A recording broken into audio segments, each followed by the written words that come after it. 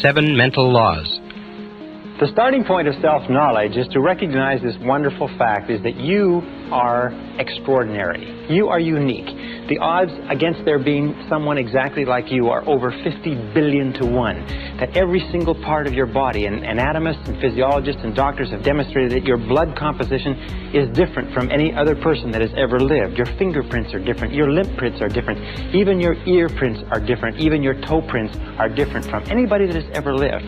You are different from anyone else, and self-knowledge begins with accepting that you are a unique and special individual and that you have the capacity to do something wonderful with your life. Now, that being said, you are also the same as everybody else with respect to certain basic principles. Throughout the history of mankind, the most intelligent men and women who have ever lived have sought answers to the question of the human dilemma. What can people do in order to change the quality of their lives, their relationships, and their results? The great philosophers, the great metaphysicians, the great scholars have pondered over this sometimes for their entire lifetimes. In our century, I know men and women who spent 10, 20, 30, 40, even 50 years studying success and achievement to find out what general rules and principles we can draw upon to be more successful. The first thing that we have to start with, the basis for this entire course, the psychology of achievement, is this, is that you are a mental creature. The only thing that makes you truly unique is your mind.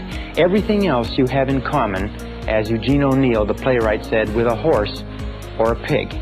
Your mind is what makes you unique. Your body simply carries your mind around. And just as electricity works on laws of electricity, and physics works on laws of physics, and nature works on laws of nature, there are certain mental laws that determine everything that happens to you. And these mental laws are as inexorable as the laws of gravity. They work 100% of the time. And every single success you have in life comes from living your life in harmony with basic mental laws. And every problem or difficulty you ever have in life comes from living your life out of harmony with those basic laws. Now, mental laws work 100% of the time, like gravity works 100% of the time.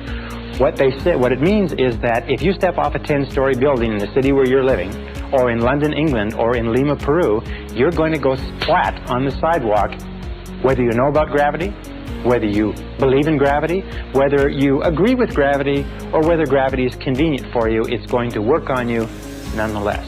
The mental laws are exactly the same, and in this course I'm going to introduce you to about 20 mental laws, some of which are more important than others, but all of which it is critical for you to understand. Now let's start with the first of the mental laws.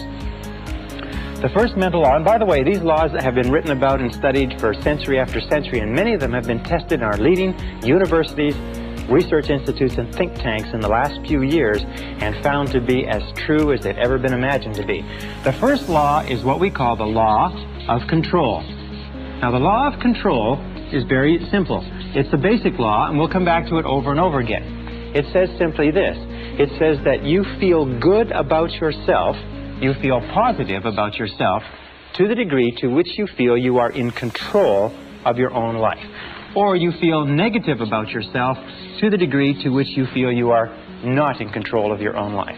All you have to do is look at your life today and ask yourself, what parts of your life do you feel the best at? What parts of the life do you feel most in control? You'll find those are the places where you are the happiest.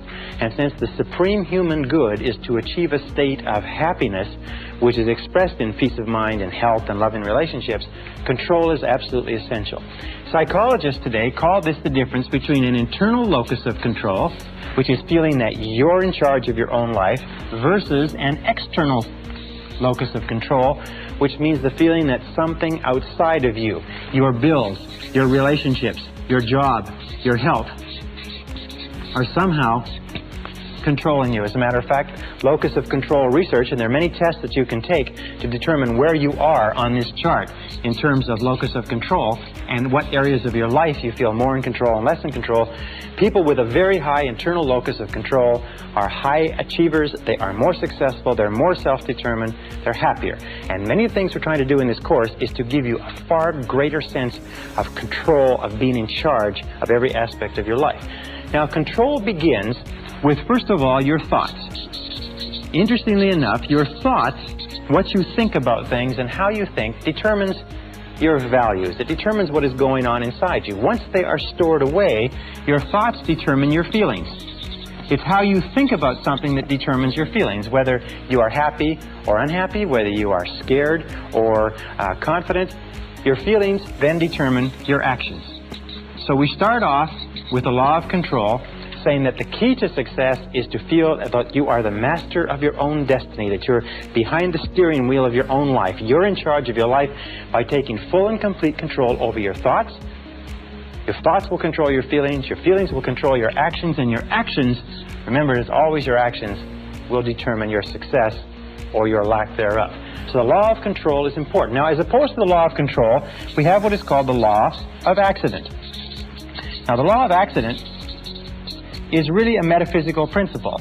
It is only a law, like a traffic law or like a legal law, to the degree to which we live by it consistently. The law of accident is what about 80% of the population live by, plus or minus. The law of accident simply says that by failing to plan, you're planning to fail. Failing to plan is planning to fail. Now, the majority of people don't believe that they're living by this, but if you look at their lives, you see that that's true. Failing to plan means planning to fail. These are the sort of people that say, well, it's not what you know, it's who you know. It's being in the right place at the right time. It's luck. It's the luck of the draw, and so on. These are people who, as a result of feeling that their life is controlled by forces outside themselves, don't have clear plans, don't have clear goals, are not working persistently and consistently day by day toward accomplishing something they want, and their lives just seem to drift and go around in circle like a ship without a rudder. Now, a person, just like a ship without a rudder, a person with no central plan is a person who has very little control. Is a person who feels that, in fact, they are out of control of their lives, like they're falling through space with no place to stop. And these people are invariably unhappy. The reason why people are negative today, the reason why people are unhappy, the reason why people are sick and frustrated, the reason why people underachieve in life is most of them are living by this law of accident. And in so doing, they have no sense of control over their lives, they have no sense of inner peace, they have no sense of happiness, and so on. So, we are going to show you how to free yourself from the law of accident personally, or permanently. Now, the next law is what is called the law of cause and effect. The law of cause and effect says that for every effect in your life, there is a specific cause. That everything that happens in the universe happens for a reason. That nothing happens by accident. That failure does not happen by accident and success does not happen by accident. That happiness or lack of happiness are a result of cause and effect relationships. That if you have an effect in your life that you want to have more of, more success, more money, more happiness, better health, you can trace it back to a cause. And what you do is you repeat and duplicate the cause. If you have an effect in your life that you want to have less of, if you have problems, difficulties, and so on, you can also trace that back to a cause. All progress in human life and human society stems back from identifying the causes of what we want more of or less of and changing the causes. Now, the law of cause and effect, of course, is the iron law of the universe. This is the law, if you like, that we can come back to over and over again, and many of our laws are paraphrases of the iron law. It's also called the law of sowing and reaping, that wherever you sow, that also shall you reap. But the iron law, the law of cause and effect, gives us a complete sense of control. If we believe that there's a cause and effect relationship, that everything happens for a reason, then we have a tremendous feeling of control in our lives. We can identify the causes, we can duplicate the causes, we can make our lives anything we want. The most important application of the law of cause and effect is this. It is that thoughts are causes. Thoughts are causes and conditions are effects. Thoughts are causes and conditions are simply effects. The starting point of everything is your thoughts about something. It's your thoughts about a job, your thoughts about a relationship, your thoughts about your health, your thoughts about your future. Your thoughts become causative agents. The conditions become the effects. That if you wish to change any of the conditions of your life, you have to change the thoughts that precede those conditions. You have to change what is going on in your mind. Now, wonderfully enough, there's only one thing in the whole universe over which you have complete control, and that is your thoughts. So if you take full and complete control over your thoughts and keep your thoughts on what it is you want, make them positive causes, the conditions or effects will take care of themselves with the inexorability of a law of nature. Now, the next law is what is called the law of belief. The law of belief simply says that whatever you believe with feeling, and this is the key, with feeling, and the more emotion you put into a belief, becomes your reality. It becomes your reality because you will always act in a manner consistent with your beliefs. As a matter of fact, your entire reality right now is simply an outward picturing of your most intensely held beliefs. If you believe something that is positive or believe something that is negative, or as Henry Ford said, if you believe you can do a thing or if you believe you cannot, you are right. Our beliefs do form our realities. To the degree to which we believe anything to be true, our beliefs act as sort of like a screen. They filter out any information that is inconsistent with our beliefs. We have a deep down desire inside of us to remain consistent. So we're always trying to view our world, rationalize our world, interpret our world so that it is consistent with what we have already decided to believe. We develop what is called scotomas. A scotoma is a word in psychology that simply says that we develop blind spots. We do not see opportunities if we are convinced that there are no opportunities. We do not see possibilities for success if we don't believe that success is possible for us. However, if we begin to change our beliefs, we begin to change our realities. Let me give you an example. There's a story of a young man who came from a small Midwestern town. It's a true story. It was reported in the psychological journals a couple of years ago. He got straight A's all through junior high school and high school. At the end of the 12th grade, he wrote his Scholastic Achievement Test to go to university. A few weeks later, he got back a letter from the university saying, "You have scored 98 on the Scholastic Achievement Test, and you're hereby admitted to the university for the fall semester." Well, he didn't know very much about Scholastic Achievement Tests, and he thought that the 98 was an IQ score. Now, an IQ score of 98 is slightly below average and is about 20 points below what is necessary for college-level work. He was convinced, and he just discarded his entire high school career, all the A's that he's gotten. He was convinced that he could not do college-level work, but he went off to college in the fall. After the first semester, he was failing or nearly failing in every subject. His counselor called him in and said, "What seems to be the problem? You did extremely well in high school. These courses are only 1 degree of difficulty removed from your high school courses. Are you having problems with girls? Are you having problems with drugs? Having problems adjusting? What is it?" He said, "Well, sir," he said, "I'm doing the very best I can, but you can't blame me. I've only got a 98 IQ. And the counselor had his file in front of him. He said, "What are you talking about?" He said, "Well, in my letter of admission to the university, it said that I got a 98 on the Scholastic Achievement Test." He said, "Son, that's not an IQ." They said, "That's not an IQ. That is a percentile. What that means is that you scored equal to or higher than 98% of the students in the country who wrote that test. You're one of the brightest kids in this university." Well, this young guy went out. He checked on the Scholastic Achievement Test. He found it was true that the 98 was a percentile, not an IQ. He went back to his courses, and 2 years later, he was in the top 10 in a 30,000 student university. He was leading in all of his classes. Once he changed his reality, once he changed his beliefs about his intelligence, his reality changed automatically. Now, an important point with regard to this is that every one of us has self-limiting beliefs. Every one of us believes ourselves to be limited in some way. Every one of us believes ourselves to be limited in intelligence, creativity, money-making ability. I can't sell. I can't speak in front of audiences. We tend to think that we are not capable of being on time. We're not mechanically inclined, and so on and so forth. But exhaustive research demonstrates that talents are pretty evenly spread throughout the population. That most of the limitations we have do not exist in reality. They exist only in your own mind. And one of the starting points of great achievement is to start questioning those self-limiting beliefs and throw them off and act as if they did not exist. And when you act as if they didn't exist, lo and behold, they simply disappear. Okay, the next law is what is called the law of expectations.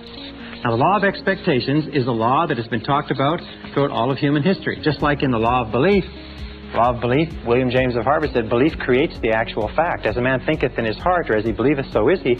The law of expectations over and over says, what you expect, you get. You get not what you want, but what you expect. That your expectations, especially your expectations about outcomes, how you think things are going to turn out, become your own self-fulfilling prophecies. And Dr. Robert Rosenthal of Harvard University has done something like 300 experiments on expectations theory, on what is called experimenter theory, and he finds that your expectations have an effect on other people and events and circumstances, even if your expectations are based on totally false information.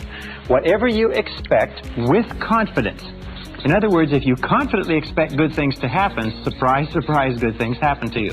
If you confidently expect negative things to happen, then negative things are going to happen to you. That most successful people have developed an attitude of confidently expecting good things to happen. It's called the attitude of positive self-expectancy. It is the attitude of the winner. The winner looks for good things to happen. The winner expects to win in advance, and lo and behold, whatever you expect with confidence tends to come true, even if the information upon which your expectations is based is totally false. Now, let me give you an example of expectations. Some years ago, Dr. Rosenthal, after conducting a variety of different experiments, came to the conclusion that the expectations that teachers had of students was having a tremendous effect on their ability to learn and their grade level averages. So he put together a series of experiments, and then one major experiment which was tremendous. He went to the San Francisco Bay Area, and at the beginning of the school year, he had the principal call in 3 teachers. The 3 teachers were told that by the principal, as a result of teaching excellence, they had been singled out as the 3 best teachers in the school, and that they were going to be given 30 students each of the brightest students in the school identified by IQ tests at the end of the last semester. They would be able to teach these students for the entire year, and it was estimated by experts that these students would jump in scholastic achievement an average of 20 to 30% over the course of that school year. Now, the teachers were told that one of the conditions was that they mustn't tell the teachers, they mustn't tell the students, and they mustn't tell their parents. They must continue to teach the same way, and classes were carefully monitored to make sure that they taught the same way they taught before, but only they would know that they had been given 30 bright students each to teach for the whole year. The teachers were delighted. The teachers went out. They were excited about this. They worked hard with those students. They spent time after school with them. They got really, really involved in teaching more than they ever had before. And at the end of the school year, lo and behold, those 3 classes led not only the school, but the entire school district in academic accomplishment. At the end of the year, they called the 3 teachers in. They sat them down and they said, well, you've had a good year. And they said, yes, well, it was great. Those kids were so bright. They were so eager to learn. They said, well, maybe we should tell you the truth, that this was an experiment. And the fact is that the beginning of the school year, we selected the names of 90 children by lottery from the school population at large and assigned them to your class. We didn't even know what their IQs were. They said, well, that's remarkable. Well, how could it have happened that they did so well? And then they looked at each other and said, well, of course, it's because we are the 3 most excellent teachers in this school.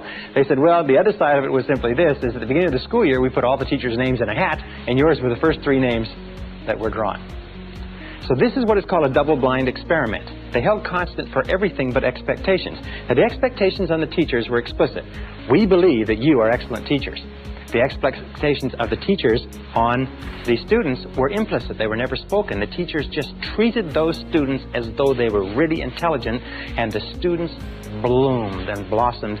And in one of the classes, a student from beginning of the year to the end of the year jumped 25 IQ points. In a subsequent experiment, a student jumped as much as 27 IQ points, which is to prove that high expectations teachers bring out intelligence in students that is completely unheard of. Marva Collins, the famous teacher in the Chicago inner city, has found that if you treat students as though they're intelligent and talk to them and work with them as though they are really bright, they will absolutely astonish you in terms of academic accomplishment. All right, this brings us to the critical role of expectations in your life. First part of expectations in your life, number 1, and where expectations affect you. Expectations of your parents. We have found that we have a tendency as adults to try to live up to or down to the expectation of our parents all our lives. If our parents were strong and supportive and loving and kind and encouraging and really believed in us, all our lives we will strive unconsciously to live a life consistent with those expectations.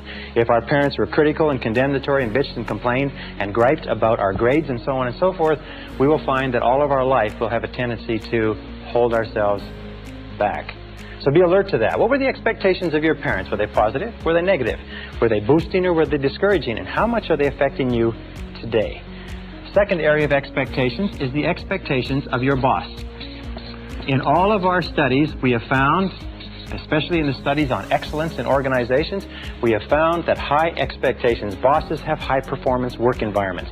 Now, if you work for a boss who's negative, critical, and condemnatory, if you work for a boss that has negative expectations or a negative attitude, chances are your performance will be at the very lowest. As a matter of fact, if you look at the course of your working career, you'll find that the times of your life that you've enjoyed the most is working under a boss that has high positive expectations of you and your ability.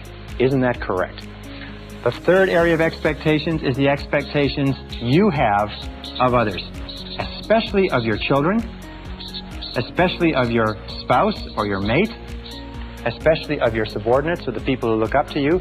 You see, we are profoundly affected by the opinions of anybody we respect, by the attitudes toward us of anybody we respect. And if you have high positive expectations of the people around you, especially your children, they will rise to fulfill those expectations. So the basic rule with regard to this is always expect good things of other people. In word and deed, tell them continually, I believe in you. And number 4 area of expectations is the expectations you have of yourself. In the final analysis, these are the most powerful. If you have high positive expectations of yourself, you'll be astonished at what it will mean to your life. Always expect the best. Always expect the best. And here's a little exercise which I learned from one of my graduates, one of our live seminars. He found that by starting off every day with this simple little exercise and saying to himself, I believe something wonderful is going to happen to me today. I believe something wonderful is going to happen to me today.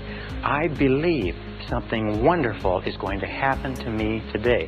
That this little exercise changed his whole attitude, that he went through the whole day with the attitude of somebody with a confident self-expectancy, that everything that happened during the course of the day, he thought, maybe this is something wonderful that's going to happen to me. And you know that if you will do this, if you will say before you go to sleep, I believe something wonderful is going to happen to me tomorrow. And if you'll say when you get up in the morning, I believe something wonderful is going to happen to me today. And if all day long you say, I believe something wonderful is going to happen to me, you'll find that as you go to sleep the next night, and try this today, it's a very powerful exercise. It sounds a little bit corny, but it's a very powerful exercise. If you'll try it, you'll find that when you go to sleep, you will not be able to think of all the wonderful things that happen to you.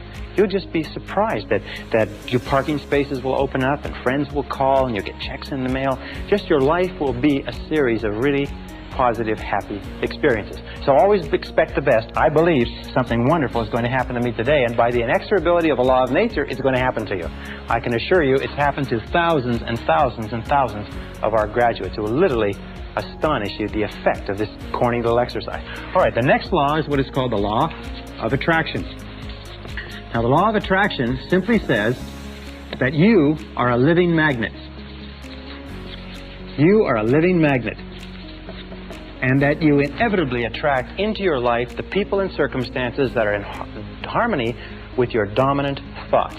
In the universe, we know that all of energy is in a state of vibration.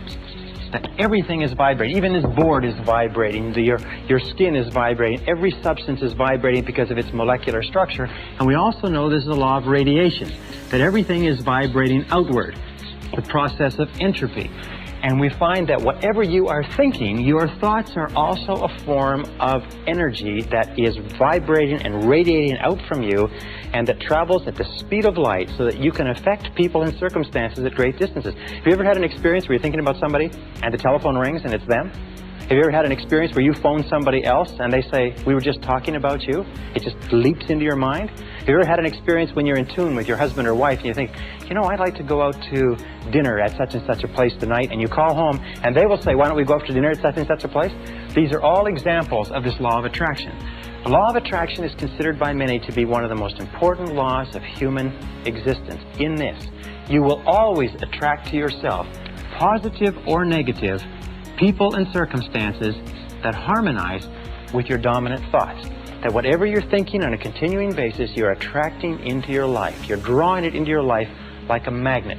That's why it's so important that you keep your thoughts on what you want, keep your thoughts on what you desire, and keep your thoughts off of what you don't want. And by the way, as you advance and develop and become more proficient and more sharp with these methods, the law of attraction will work faster for you and with greater accuracy. So be careful. Use it right.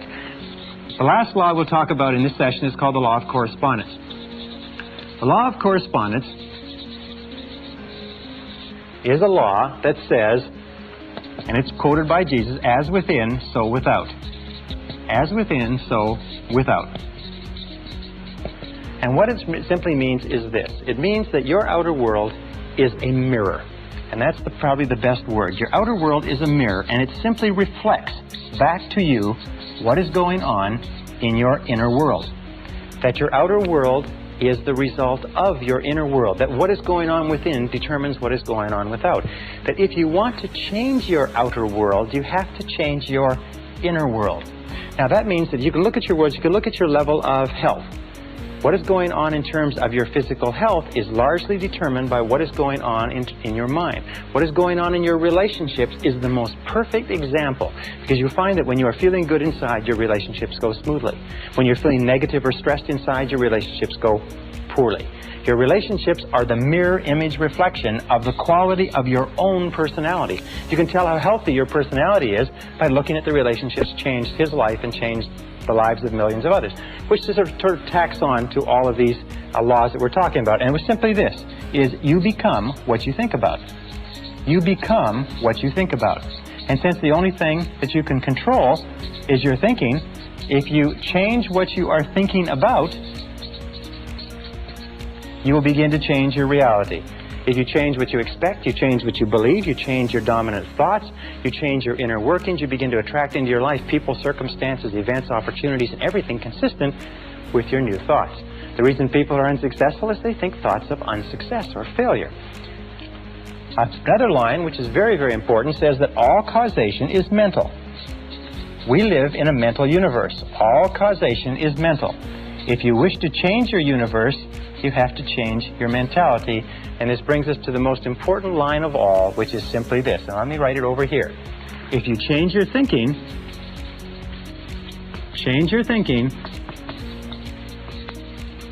dynamic, vital, living, successful life that you desire on the outside.